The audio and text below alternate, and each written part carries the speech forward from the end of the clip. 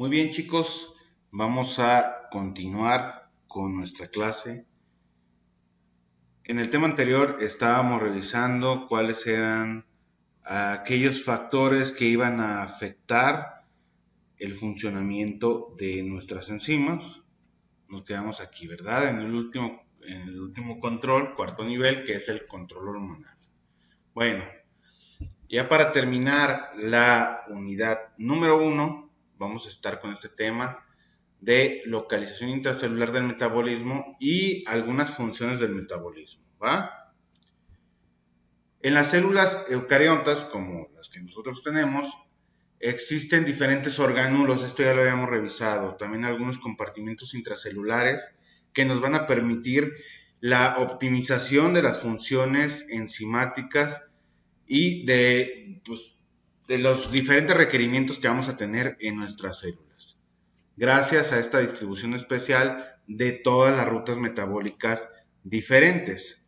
Esto va a facilitar el desarrollo de un control por compartimentalización, es decir, que cada quien sepa qué es lo que tiene que hacer va a hacer que la célula funcione de una mejor manera. Y aquí tenemos un pequeño ejemplo. Vayan revisando aquí donde se van a llevar al cabo las diferentes funciones, qué se lleva en la mitocondria, qué se lleva en el complejo de Golgi, qué se lleva en el retículo endoplasmático rugoso, en el liso, en el citosol, etcétera, ¿va? Aquí les dejo nada más esta imagen para que les estudien un poquito. En el citosol, ¿qué es lo que va a pasar? Bueno, aquí se origina la glucólisis, es decir, esta ruta que está dedicada a la degradación de monosacáridos. ¿Con qué finalidad? Pues con la finalidad de obtener energía. El citosol tiene algunas características, es un gel acuoso, tiene moléculas grandes y pequeñas, entre ellas RNA, proteínas, enzimas, ribosomas, ¿va? Y se van a hacer muchas diferentes reacciones enzimáticas, como por ejemplo la degradación de nutrientes, la síntesis de proteínas y pues también la degradación de las mismas proteínas. Tenemos también la síntesis de ácidos grasos. Esta ruta es básica para después poder sintetizar los lípidos saponificables.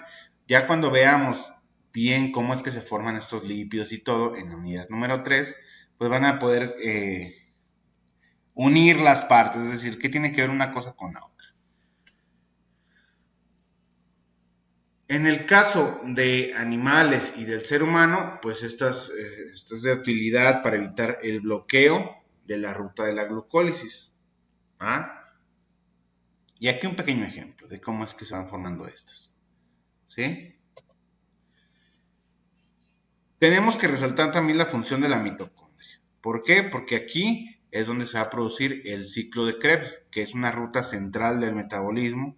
Ya la habíamos revisado, tiene gran importancia, porque en esta van a juntarse diferentes rutas metabólicas, donde las principales biomoléculas van a tener mucho que ver, entre ellas pues los carbohidratos, obviamente, lípidos y compuestos nitrogenados. Y aquí otra imagen del ciclo de Krebs. Espero que lo hayan estado estudiando. Y si ya recuerdan, habíamos visto un poco sobre la cadena transportadora de electrones. Esta está en la membrana interna y es donde se produce la fosforilación oxidativa, que ahorita la vamos a revisar un poquito. Y van a ver qué pasa con los productos que se hicieron en otras vías, en otras rutas, ¿va? ¿Para qué nos sirve esto? Bueno, esto tiene una función de óxido-reducción y lo que hace es producir energía. Aquí vamos a producir el ATP que nosotros vamos a usar como moneda de intercambio energético. ¿Recuerdan que les había dicho eso? Espero que sí. ¿Y cómo funciona? Bueno, súper sencillo. Bueno, lo vamos a ver de la manera más sencilla posible, ¿verdad? Aquí tenemos nuestros componentes de la cadena transportadora de electrones. ¿Y por qué se llama así? Bueno, porque están en forma de cadena, es decir, unida uno tras otro. ¿Y qué es lo que hace? Pues literalmente es un transporte de electrones, es lo que hace, transportar electrones. ¿Pero para qué hace este transporte de electrones? Bueno, lo que queremos aquí es juntar una gran cantidad de protones que nos van a servir para activar un complejo. Vamos por partes. Está formado por 5 estructuras principales. Es decir, aquí tenemos el complejo 1, el 2, 3, 4 y la ATP sintasa. Por aquí tenemos el complejo Q también, que tiene importancia. Ahorita vamos a ver por qué. Aquí en esta viene de este lado la ATP sintasa y en la siguiente viene de este, pero es igual. Lo que nos interesa ahorita primero es ver esto. Tenemos nuestros complejos 1, 2, 3, 4 y este sería nuestra ATP sintasa, nuestro complejo Q y nuestra citocromo C. ¿Qué es lo que van a hacer? Bueno, recuerdan que teníamos NADH y FADH que se nos habían producido en el ciclo del ácido cítrico, ciclo de los ácidos tricarboxílicos, o también conocido como el ciclo de Krebs. Bueno, ahora sí, ¿para qué nos servía producir esto? Para activar la cadena transportadora de electrones. ¿Qué es lo que pasa? Recuerdan que también les había dicho que las enzimas, las proteínas, complejos proteicos y todo, van a reconocer estructuras para las que fueron diseñadas. Bueno, aquí tienen que ver. El complejo 1 de nuestra cadena transportada de electrones, es encargado de reconocer al NADH que habíamos producido. Este NADH solo reconoce el complejo 1. Una vez que reconoce a nuestro NADH, ¿qué es lo que va a pasar? Bueno, 2 electrones por aquí van a empezar a fluir. Es decir, ya lo activamos, ya le dimos cierta batería, cierta pila para que empiece a cumplir su función. ¿Cuál es la función de este? Muy sencillo, es el transporte de protones, ya se los había mencionado. Tenemos que transportar desde la matriz hasta el espacio intermembranal los protones. ¿Y cómo lo vamos a hacer? Pues a través de este complejo 1 de nuestra cadena transportada de electrones. Una vez que ya transportó sus protones, ¿qué es lo que va a hacer? Va a pasar estos electrones, porque él ya terminó de usarlos, se los pasa al complejo Q. Este complejo Q lo único que hace es tomar estos electrones y pasárselos al complejo 3 para que el complejo 3 se pueda activar. ¿Qué hace el complejo 3? Bueno, toma protones que se encuentran aquí. Aquí está lleno de protones, ¿ok? Para que no se me confundan, todo este espacio, aquí hay muchas moléculas diferentes, entre ellas protones. Una vez que ya le pasó los 2 electrones hacia acá, este se activa y va a pasar otra vez protones hacia el espacio intermembranal. Cuando ya hizo su función y ya terminó, bueno, vuelve a pasar estos electrones a través de la citocromo C, se la pasa al complejo 4, para que el complejo 4 pueda también pasar protones. ¿Cuántos va a pasar? Bueno, 2 protones en comparación con nosotros que pasaban 4, ¿va? Y ahí ya termina la función. Los electrones, pues ya los utilizamos y todo. Y al final se nos forma molécula de agua, ¿verdad? Porque también va a tomar por acá protones que estaban en nuestro espacio, los va a juntar con el oxígeno y nos va a dar como resultado una molécula de agua. Y listo, ya se terminó de hacer el trabajo en esta cadena transportada de electrones por medio del NADH. Ahora, el FADH que también habíamos producido nos va a servir en la cadena. Sin embargo, ya les había dicho que el complejo 1 solo reconocía al NADH.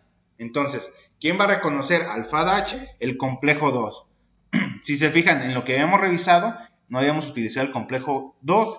Del 1 se pasaba al Q, del Q al 3, del 3 al la citocromo C y de la citocromo C al 4. Entonces, ¿qué hacía el complejo 2? Bueno, reconocer el FADH.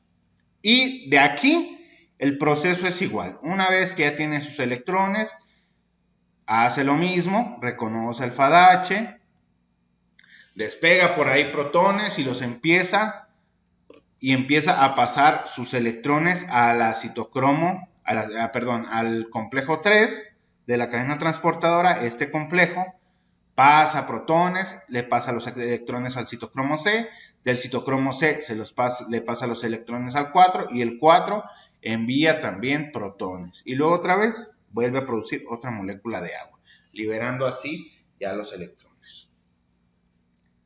El complejo 2 no va a pasar ningún protón. Lo que va a hacer es la función de transportar los electrones hacia el Q y que el Q lo pueda pasar al 3. Eso es lo que va a hacer. Bueno, ¿y para qué queremos hacer todo esto? ¿Para qué queremos pasar los protones hacia el espacio intermembranal? Ahí es donde entra la función de nuestra ATP sintasa o ATP sintetasa, como también lo pueden encontrar en algunos libros. Y como su nombre lo dice, pues sintasa, sintetiza ATP. ¿Se acuerdan que era el ATP, verdad? La moneda de intercambio energético. ¿Cómo lo hace? Bueno, esta funciona mediante un cambio en nuestro gradiente. Tenemos aquí demasiados protones. Al tener un número grande de protones, se activa la ATP. Es decir, aquí hagan de cuenta que le está haciendo presión. Todos estos protones, es figurativamente, ¿ok? Están apretando demasiado, están haciendo mucha presión y tienen que pasar hacia la matriz de nuevo. ¿Cómo lo van a hacer? Por medio de la ATP sintasa. Cuando estos protones empiezan a pasar, activan. Imagínense que giran la llave y ya se puede hacer una acción. ¿Qué esa acción va a hacer? Juntar un ADP, que está por acá también, ya les dije que aquí hay un montón de moléculas. Entonces, juntar un ADP con un fosfato inorgánico. Entonces, toma estos dos y clic. Se unen formando un ATP. Entonces, pasa otros protones, encuentra otra de ADP con fosfato inorgánico y vuelve a hacer ATP. Y así una y otra y otra y otra y otra vez. ¿Va? Esa es prácticamente la función de la cadena de transporte de electrones. Estar generando ATP. No sé si les quede claro este concepto. Espero que sí. Si no, ya saben, pueden preguntarme. ¿Va? Y con esto terminamos nuestra unidad número 1. ¿Va? Y nos vamos a pasar después a nuestra segunda unidad. Aquí les dejo un pequeño esquema de cómo son más o menos las rutas metabólicas. Lo que tenemos que estar estudiando o parte de lo que vamos a estudiar en esta materia. Aquí ya tenemos nuestro ciclo de Krebs. Este circulito que ven aquí es el ciclo de Krebs. Pero ya iremos viendo cómo se sintetizan carbohidratos, lípidos, proteínas, etc. ¿Va? Entonces, chéquenlo. Cualquier duda, por favor me dicen, ¿va? Nos vemos la siguiente clase. Muchas gracias.